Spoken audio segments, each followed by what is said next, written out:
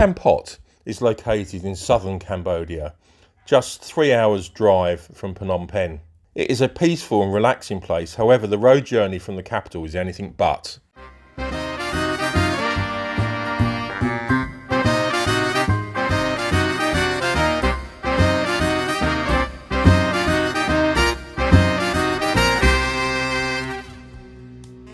If you've travelled by road in the region, you'll know what I mean when I say it's an experience in itself. The driving standards in Cambodia are somewhat below what I'm used to in the UK, and the roads are heavily pockmarked with massive craters, which would slow down any sensible driver, but doesn't seem to deter the Cambodians. Their use of the horn is constant to warn other road users of their presence and intention to overtake. It is difficult to relax on any significant road journey in this country, and near-death encounters are to be expected.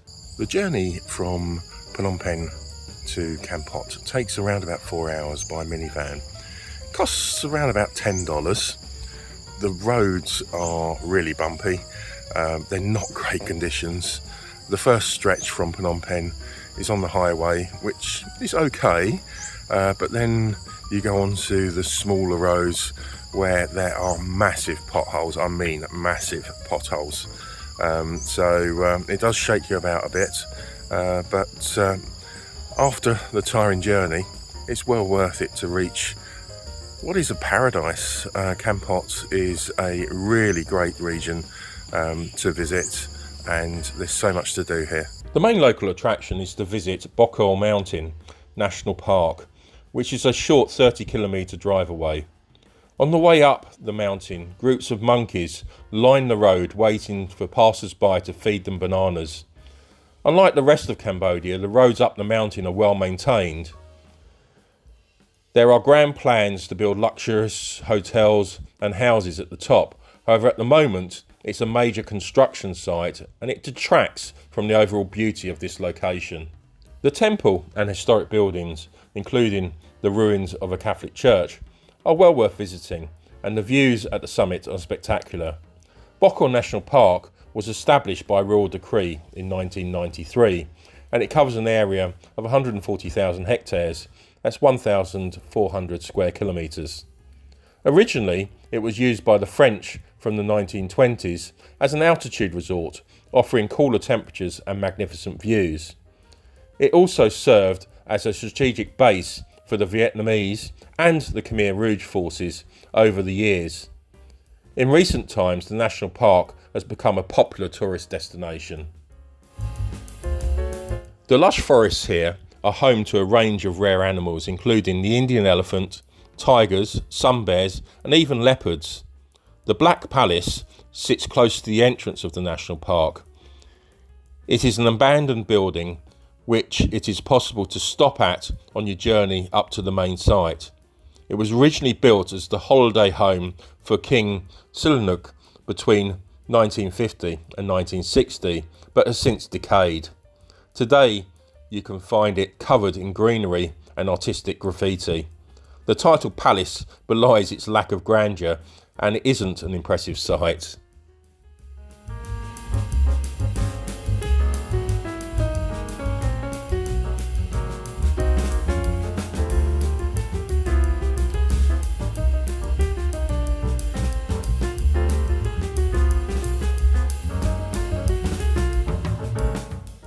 This region of Cambodia is most famous for Kampot pepper, which can be grown in black, white and red varieties. This pepper has been grown in the area since the first Chinese settlers arrived in the 13th century, with even more pepper plantations popping up throughout the 19th century. So it was my destination for the afternoon. Whilst the tour of the plantation was interesting, it wouldn't be an experience I would repeat. Purchase Kampot pepper at the market in the city rather than these tourist hotspots, as you'll get a much better price.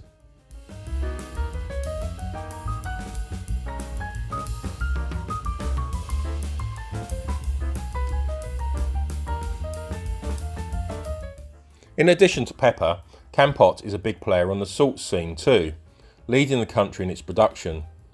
Most of the salt farms are in one area of town, and you can stroll through the fields as locals are raking the salt and moving it to the barn to store. The Praek Tuek Chhu River, which provides life for Kampot, is at the heart of the city.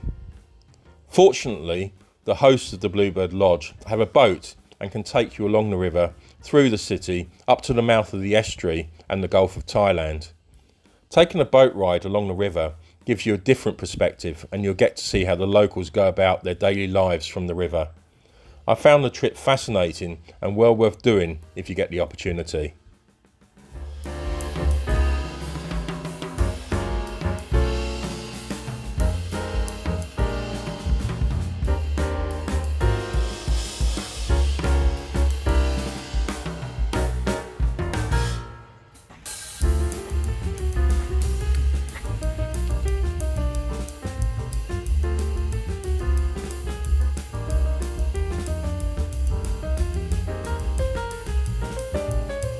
The Bluebird Lodge Resort is situated a few kilometres outside Kampot in Cambodia. It's a beautiful, peaceful, tranquil resort. The hosts are lovely. The food is first rate. Situated right by the river. There's a lovely swimming pool, really peaceful place to have a few days break and get away from all the hustle and bustle, particularly Phnom Penh. Eventually, I arrived at the Bluebird Lodge Resort, which is owned by a German and Khmer couple and is located on the banks of a river some 12 kilometres outside the city. The accommodation was comfortable with excellent facilities and delicious food. It is truly a fantastic resort if you're looking for relaxation, and they can arrange guided tours around the local hotspots. If you're looking for a more lively experience in Kampot, consider booking a hotel in the city, which is packed with shops, restaurants and bars and fellow tourists. Kampot is very walkable, and you can spend an enjoyable few days cruising around town on foot. For anything further afield, you want to hire a tuk-tuk. How many days do you need to experience Kampot?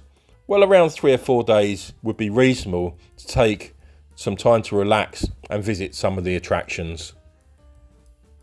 After the intensity of Phnom Penh, it felt good to spend a few days relaxing and exploring what Kampot has to offer.